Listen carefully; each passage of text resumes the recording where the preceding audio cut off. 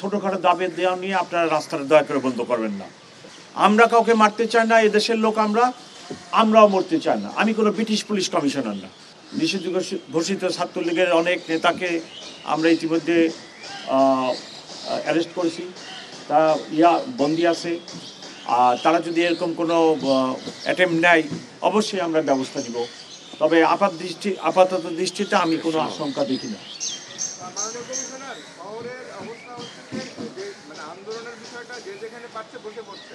গতকালকে মহাখালী এলাকার মানুষ ব্যাপক রাস্তা বন্ধ করতে বলে 7 থেকে 8 ঘন্টা রাস্তা বন্ধ হয়েছিল। পুলিশ কোনো ইন্টারভেন করতে পারছে না। এই অবস্থায় বইমেলা হলে মানে পুলিশ আসলে সামলাবে কিভাবে? পুলিশ কেন ইন্টারভেন করতে পারছে না সেই বিষয়ে?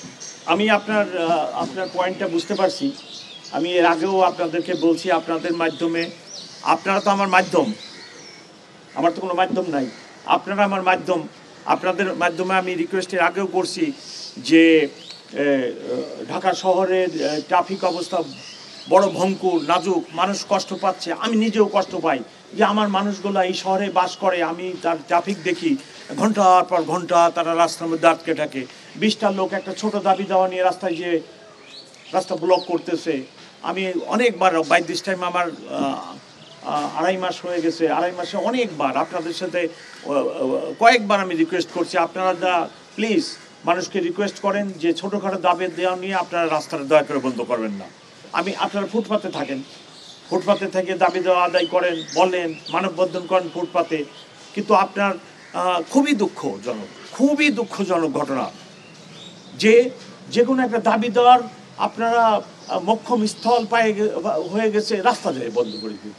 একটা লোক অ্যাম্বুলেন্সে অসুস্থ আসতে পারতেছে না, একটা বৃদ্ধ লোক যেতে পারতেছে না, একটা মহিলা যেতে পারতেছে না, উত্তরা থেকে রওনা করে মতিঝিলে পৌঁছাতে 7 ঘন্টা লেগে যাচ্ছে।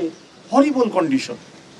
সো আমি রিকোয়েস্ট করতেছি সবাইকে আমি রিকোয়েস্ট করি, কালকে রাত্রে 10টা-11টার সময় বাড্ডা রোডে গার্মেন্টস কর্মীরা বেতন পায় না, রাস্তা বন্ধ করে দিচ্ছে।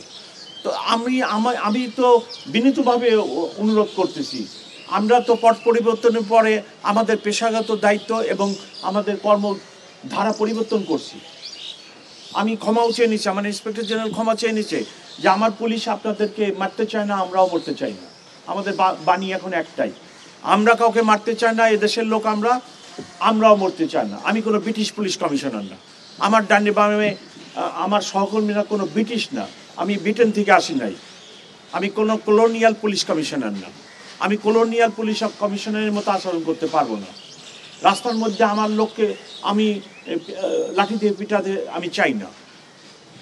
আপনারা দেখছেন ঢাকা বিশ্ববিদ্যালয় এবং 7 কলেজের ঘটনা হল নাই। আমি সারা রাত ধরে আমার কলিগদের বলছি, আমার ডাইনি এবং বামের দুইজন এডিশনাল কমিশনার সাথে তাদেরকে পাঠাইছি, এবং সারা রাত 5 মিনিট পর বলছি কোনোভাবে কোনো লাঠি ইউজ হবে না। আমি কোনো লাঠি ইউজ করিনি, আমি 1-2টা গ্যাস আর একটু সাউন্ড গ্রেনেড, যখন রক্তক্ষয়ী সংঘর্ষে লিপ্ত হওয়ার উপক্রম হয়েছে আমি এটা করছি। আমি তো আমার ছেলেদেরকে নীলক্ষেত দিয়ে ঢাকা বিশ্ববিদ্যালয়ের ক্যাম্পাসে ঢুকতে দিতে পারি না, দিলেই তো বিশাল রক্তক্ষয়ী সংঘর্ষ হতো।